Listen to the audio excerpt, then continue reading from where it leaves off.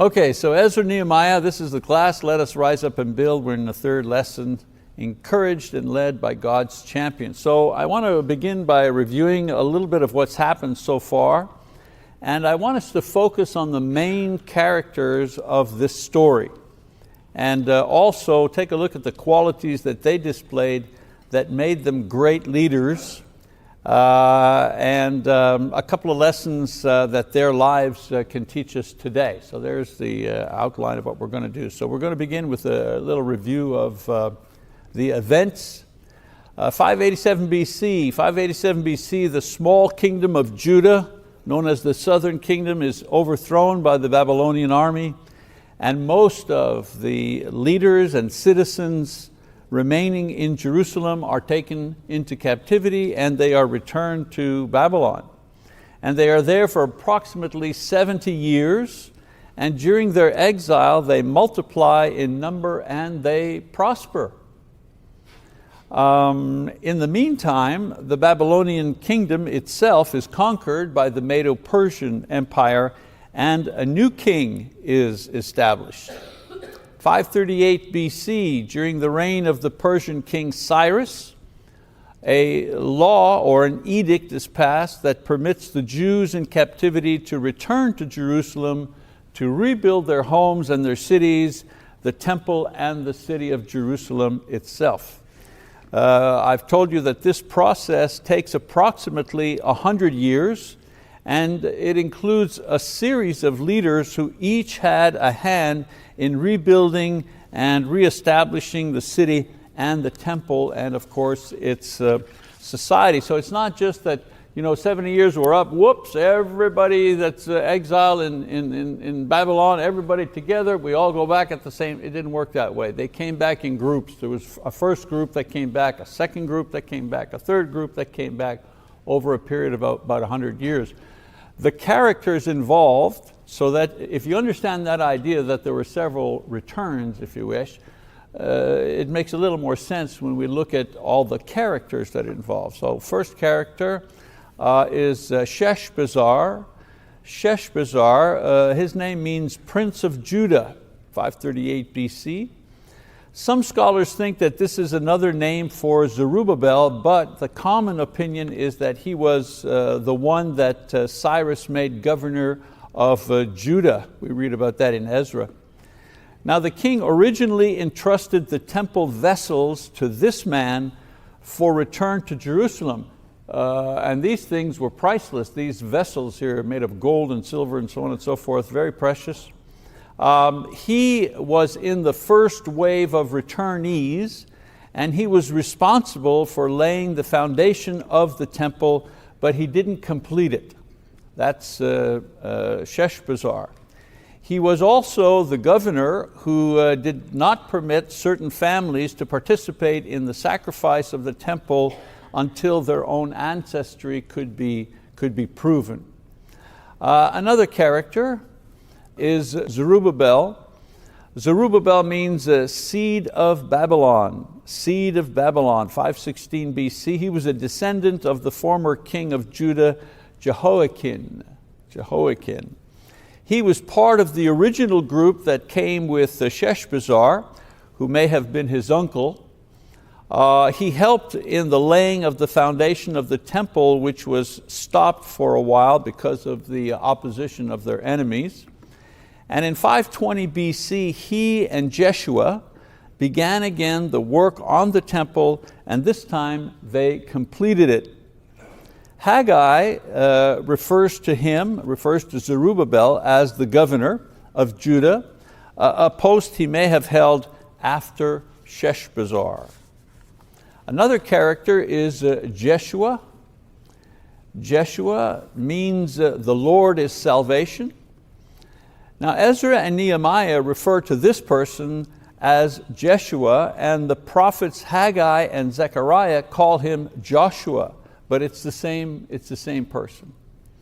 He served as the high priest during the restoration of the city and its temple in Jerusalem. He built the altar and he renewed the offering of sacrifices as the beginning of worship in Jerusalem. The temple wasn't built yet, they rebuilt, they laid the foundation, and they rebuilt the altar first. And as soon as the altar was built, they began offering sacrifice, even before the walls and the rest of the structure was built. Another character, Haggai, 538 to 520 BC. He arrived in 538, but he begins his prophetic ministry much later in 520 BC. He was a prophet who spoke to the leaders of the restoration effort. Since he is first mentioned by Ezra in the period of 520 BC, it's supposed that he came back to Jerusalem as a child in the first group, and then around 537, and then he grew up during the work of the restoration. If this is correct, then he would have witnessed firsthand how the work of rebuilding the temple was opposed and eventually stopped as the people turned their attention to rebuilding their personal homes and they started rebuilding the temple, and then they ran into some opposition. They stopped that and they figured, well, we might as well build our houses and business and get on with life. His book, Haggai, contains 4 prophecies that included, first, a rebuke to the people for having abandoned the rebuilding of the temple. Second, a word of comfort for the people who mourned the loss of the original temple and its splendor. It's amazing, you read in one of the books there that the older people who came back, who remembered what Solomon's temple looked like.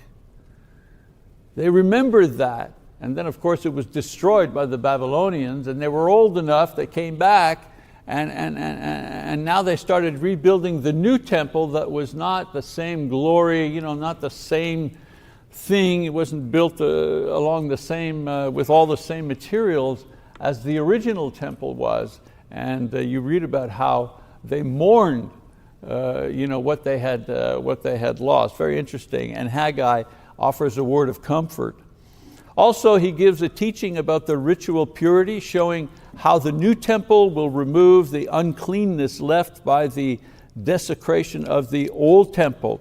And so he establishes spiritual legitimacy of the new temple, Haggai, with his preaching and promises.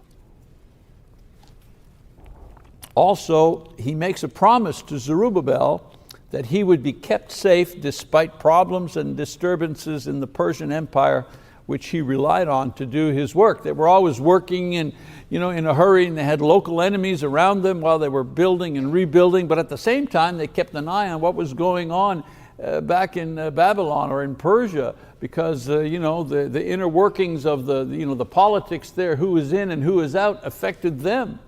If their guys were in, well, they could continue to work in peace and keep going and building. If their guys were out, it's like lobbyists in Washington. If your guys are in, if your party is in and they've got the power, well, then you can do your business. If your party is out of power, well, then you may have some problems. Well, it was the same. It was the same thing. And so the thing about Haggai is that he prophesied to Zerubbabel, keep working, keep doing it, don't worry about it, the Lord will take care of you, and so on and so forth. That was a part of his role. Another individual that we meet is Zechariah. Zechariah means remember God. 520 BC, when he begins his prophecy. So you see that some of these prophets, they overlap. It's not a very a clean line one after the other. They tend to overlap in history. Zechariah was the other prophet of this time period who, like Haggai, is believed to have arrived with the first group and grew up as the rebuilding was begun. Both he and Haggai were relatively young men who served as God's prophets during a critical time in their nation's history. Today we would say they grew up in the church. You have some young men here growing up in the church, and we watch them the very first day they get up, and they're 9 or 10 years old or something. They lead a prayer, or perhaps they read out of the book, like some of our young guys do. They have to put a little stool down to get up, to get straight with the microphone. Haggai, Zechariah, they grew up in the church. They grew up while the temple was being built, and so on and so forth. Then God called them into ministry when they became young men. his main prophet, Zechariah, his main prophecy between 520 and 518 BC as the temple is being rebuilt, they include a series of visions that promote the idea that the rebuilding of the temple and those who serve are there part of God's plan to eventually bring the Messiah and salvation to the world. So he's what we call a minor prophet. He doesn't have a lot to say that we read about, but what he does say is very critical, telling these people in real time, what you're doing now, what you're doing now serves God's purpose in bringing the Messiah to the world. And so this was very motivating to the people then, for the people who thought, is this really worth it? Boy, this temple is not going to be as glorious as the original one, and people are against this. Is this really worth it? And Zechariah was there, sent by God to tell them, oh yes, it's worth it. You are a chain, a link in this chain that will eventually bring the Messiah. So these names, Sheshbazzar, Zerubbabel, Jeshua, they don't just roll off our tongues, as far as Bible characters are concerned. So I thought maybe I'd give you a little background about these guys. And then we have, now Ezra. Oh boy, Ezra. We know a little bit about Ezra, right? Ezra means to help. 457 BC. So Ezra was sent to Jerusalem by the Persian king Artaxerxes I in 458, 457 BC. This was now roughly 80 years after the first wave of Jews had returned. During this time, the physical rebuilding of the city and the temple have been completed, and a regular worship has been reinstated. His task, Ezra, as an expert teacher of the law was to enforce universal observance of Jewish law and appoint qualified people to serve in the temple. Very nice, we built a nice big church building, and we have big church building and auditorium, we have a fellowship hall, we have a gym, we have parking, we have all kinds of rooms and so on and so forth. But unless you have some ministers and some deacons and some elders, to direct and to get the work going and to serve the congregation, it's just a building. Well, it was just a temple. People had to be assigned. And of course the Mosaic law, the law that governed the offering of sacrifices and so on and so forth, was very complex. You just couldn't go in and do whatever you wanted. There was a procedure that needed to be followed. And Ezra was called and sent in order to train the people to do this type of work. In his book, we note that he brings with him not only priests and Levites to serve, but he also brings gifts from the king and the people to provide support for the worship and the teaching that was taking place at the temple. They needed things, they needed supplies, and so he brings those supplies with him. Ezra probably returned to Babylon to report to the king concerning his mission. In 444 BC, we see him back in Jerusalem again, this time for the dedication of the newly built wall around the city that was completed by Nehemiah. First they went and they put in the foundation and the altar, then they put up the walls, they finished the temple, then they finished rebuilding the city and the cities around them and the businesses and so on and so forth, and then the very last thing, construction-wise, was the actual wall that was around cities. Major cities in those times had walls for protection.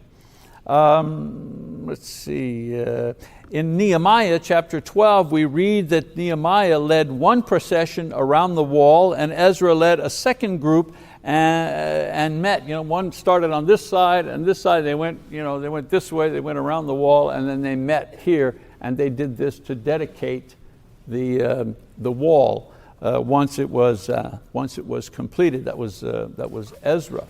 Another name that we recognize, Nehemiah, right? Nehemiah means God comforts. God comforts. 445 BC. Nehemiah is probably the most familiar character because his book reads like a historical narrative. He is a cupbearer to the king, like a consultant, if you wish, to the Persian king Artaxerxes, and he's given permission to return to Jerusalem in order to rebuild the protective wall around the city. He is named governor in 445, and he's sent along with supplies to complete the task of rebuilding the wall. Now, despite fierce opposition, we will read, despite fierce opposition, he completes the building of the wall in 52 days. And then he returns to Babylon after this construction, but he is forced to come back to Jerusalem in order to resolve disputes and make needed reforms. Nehemiah, along with Ezra, tried not only to reestablish proper worship, but also they worked hard to reestablish order in the rebuilt Jewish society of that day. And so these are the main characters who we read about in the period of the rebuilding of the city and the temple and the walls of Jerusalem. They're also key leaders whose lives and actions teach us a lot about leadership today. So we learn that key leaders bring something special to the table. God stirred up many people among the Jews when they returned to Jerusalem when it was being prepared. But certain ones among the Jews were chosen by a succession of pagan kings to actually lead the effort to repatriate the Jewish people to their homeland. I believe it's because each of these men brought something special to the table, certain qualities that were obvious even to those who were not Jews and were not followers of their God. Even pagan kings recognized that there's something special about Ezra, that there was something special about Sheshbazzar and Zerubbabel. There was something special about these guys, and they were chosen to do a task. It's one thing if another Jew chooses you, but if a pagan king chooses you, that's amazing. That means he really is able to see something outstanding in your character. So these pagan kings, Cyrus, Artaxerxes, and Darius, they saw something special in these men that transcended culture and position and religion. As leaders themselves, they recognized the special qualities that these Jewish men had that would enable them to carry out the task. So as we read about each of these leaders in Ezra and Nehemiah and then the prophets, we catch a glimpse of what these ancient kings first saw in them. And in the rest of my lesson, I'd like to share some of these with you. So we'll go back over them, shall we? Let's start with Sheshbazzar. The thing about Sheshbazzar is he was trustworthy. He's not mentioned often, but in Ezra 1 verse 8, we see the king's treasurer count out a fortune in temple vessels into his care. He's the one who is responsible for not only the vessels, but also the money given to start the rebuilding and the relocation of the people, and also serve as governor. We don't know if he had political influence and talent at organizing or personal wealth or knowledge of the scriptures as a teacher. We don't know that. All we know is that he was worthy of the king's trust and apparently also had the people's confidence because they accepted him as a leader. The first ingredient in any new venture, any project that requires faith and sacrifice from people is confidence. Confidence in the leadership, no matter what it is. We're starting a new something, a new project, and so has been named to head up that project. Well, many times that project, the success or failure of that project depends largely on who has been charged with leading it. People say, oh yeah, I can get behind that guy, or I can work with that sister. And so Sheshbazzar was this kind of man. You may have a dream and an action plan. You may be able to make convincing and well-documented presentations, but in the end, people make their decisions about what you dream based on who you are in reality. The king was moved by God to free the Jews and send them home, but the plan only went into action when he could find a man he could trust. A man he could trust, a woman you can trust. That's always the beginning. We look at Zerubbabel. Zerubbabel, his main quality that we see is perseverance. We have more detail about Nehemiah building the wall around Jerusalem, but the true building feat belongs to Zerubbabel. He may have come with Sheshbazzar as a boy and participated in the general rebuilding of the city and the laying of the basic foundation of the temple. In time, he took a leadership role in this, and he was the focus of attack when he refused to allow the neighboring peoples to help in building the temple. He was the one that said, nope, you can't help us, you have no business here, you people have no business here, and that's what started all the trouble. Political pressure eventually stopped the work for over a decade, but Zerubbabel was encouraged to continue despite political pressure and eventually completed the building of the temple 4 years later. A true leader's keenest insight is that no matter what the task, there will always be obstacles. If you have a leader who just falls apart at the first obstacle, that's not much of a leader. Zerubbabel's task could not have been more inspiring. To rebuild the temple where God dwells, talk about motivation if you're a Jew. He was sure that his project was right and good and noble. He was sure that what he was doing was the will of God. But he faced opposition from his neighbors, apathy from his people, interference from his political masters. It was unkind, it was unfair, it was unspiritual, it was dangerous. Why would God give a leader a task and then allow so many trials and obstacles? I think parents ask themselves that question every day, don't you? Why would God give a leader a task and then allow so many problems? Perhaps it's because God is more interested in completing the person than the person completing the task. Maybe that's why. Paul says in Romans 5:3-4, but we also exult in our tribulations, knowing that tribulations bring about perseverance, and perseverance, proven character, and proven character, hope.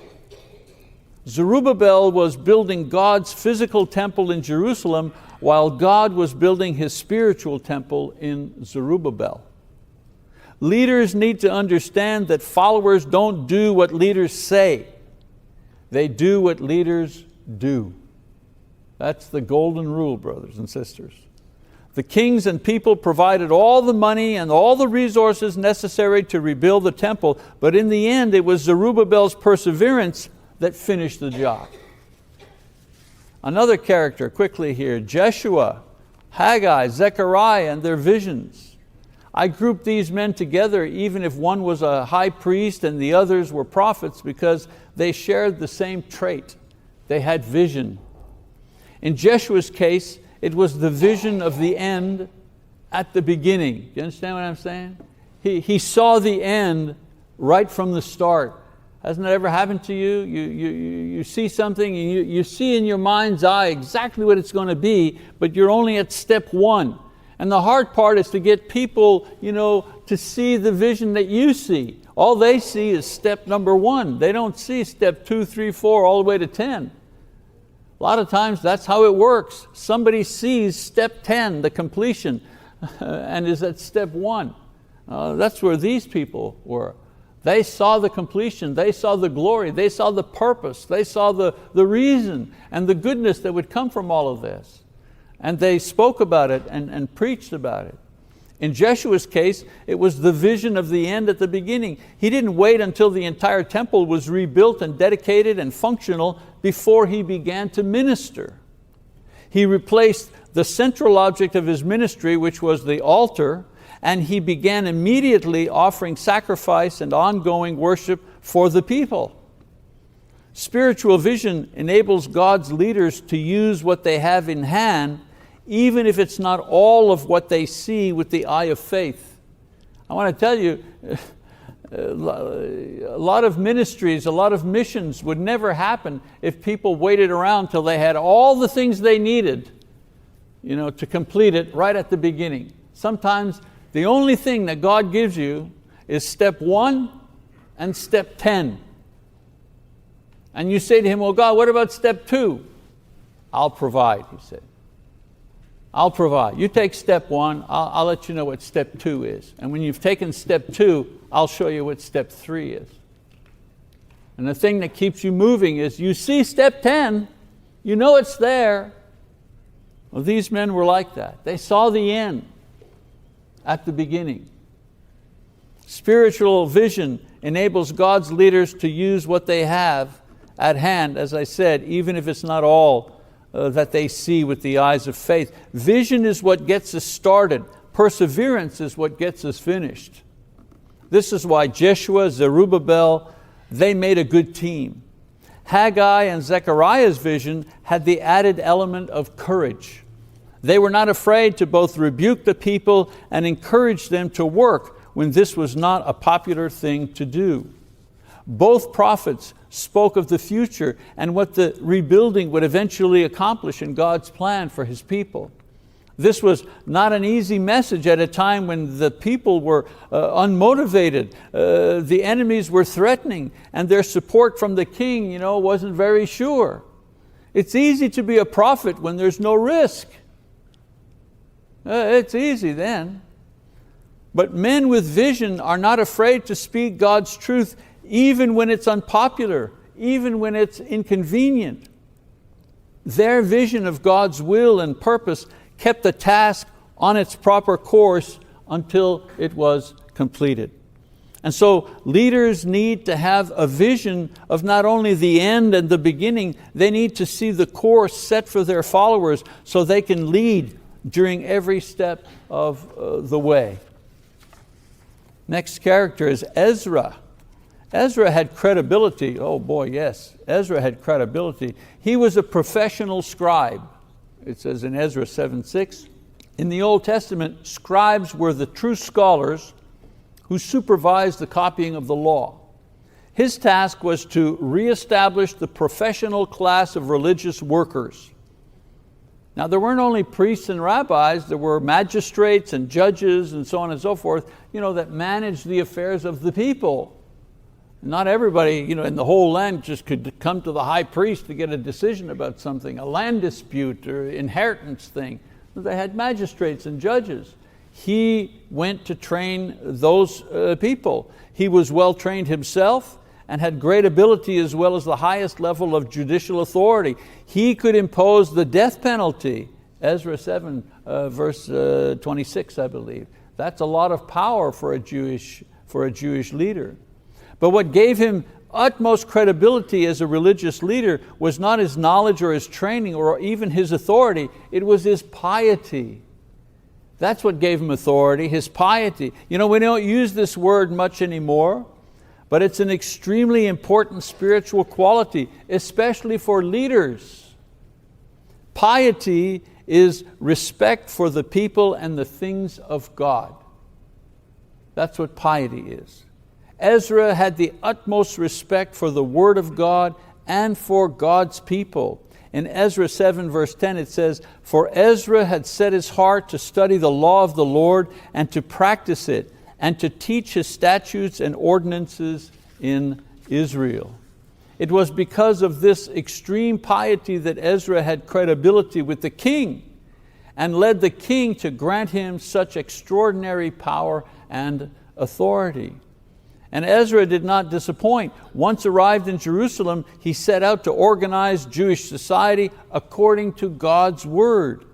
He taught the word, he established the religious hierarchy that was to rule the people. We read of revolutionaries and rejection of some of the leaders in Jerusalem, but not of Ezra.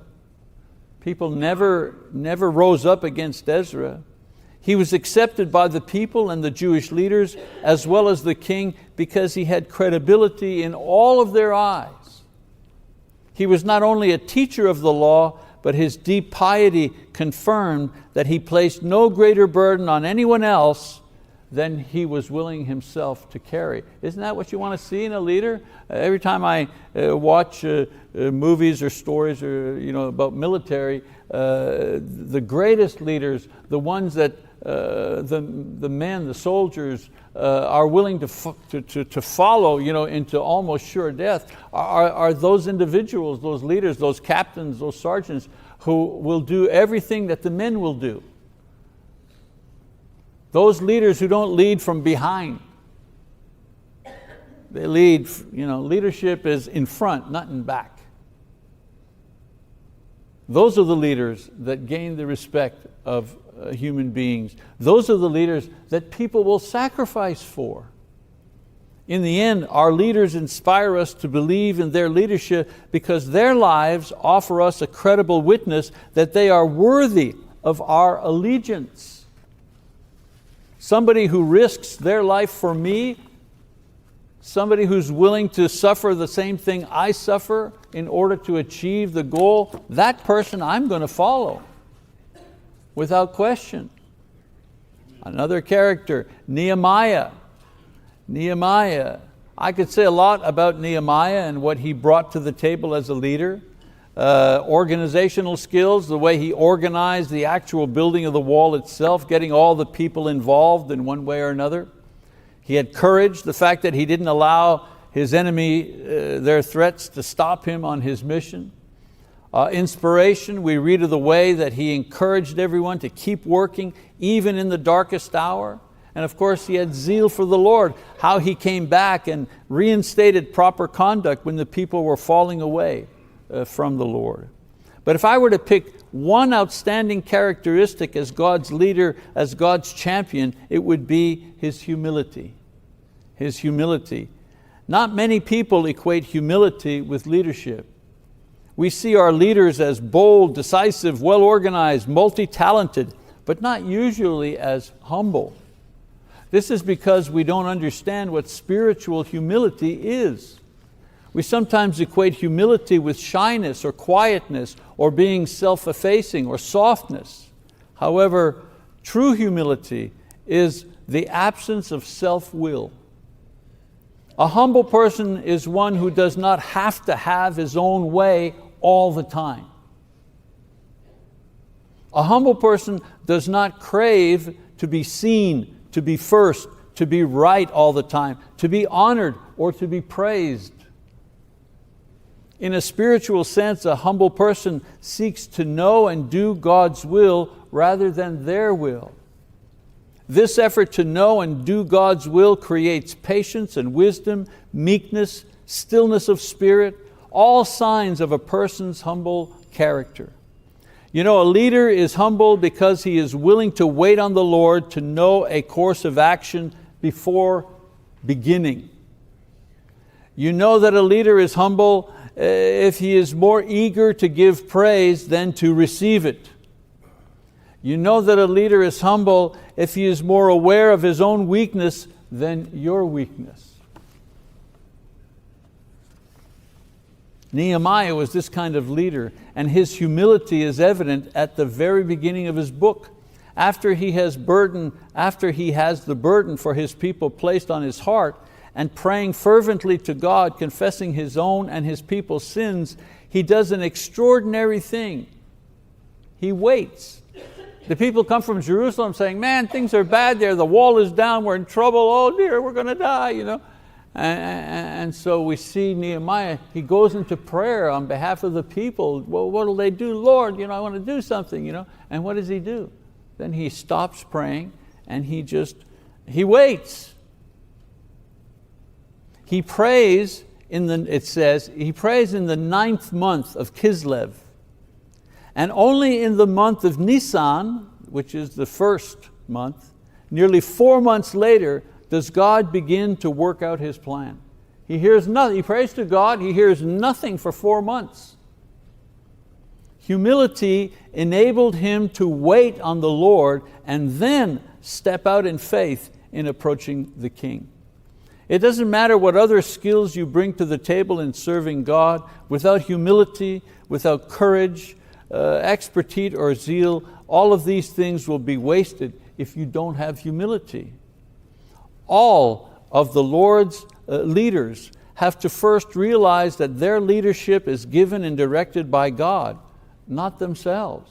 That's why in the church, Nobody appoints themselves, like nobody says, you know what, today's a good day, I'm feeling good, I think I'm going to appoint myself as being a deacon. You know, I know how to do the job, so I'm going to appoint myself as deacon. Or you know, I've been here for 30 years in this church. I think I'm going to appoint myself as one of the elders.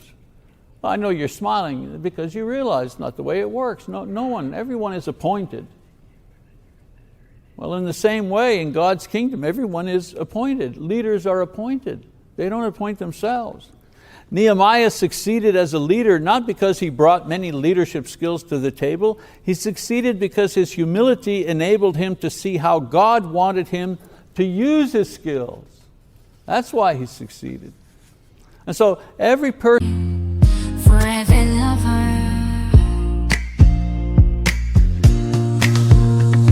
in the depths of the darkest night, your love shines through, a guiding light. With every heartbeat I feel your grace.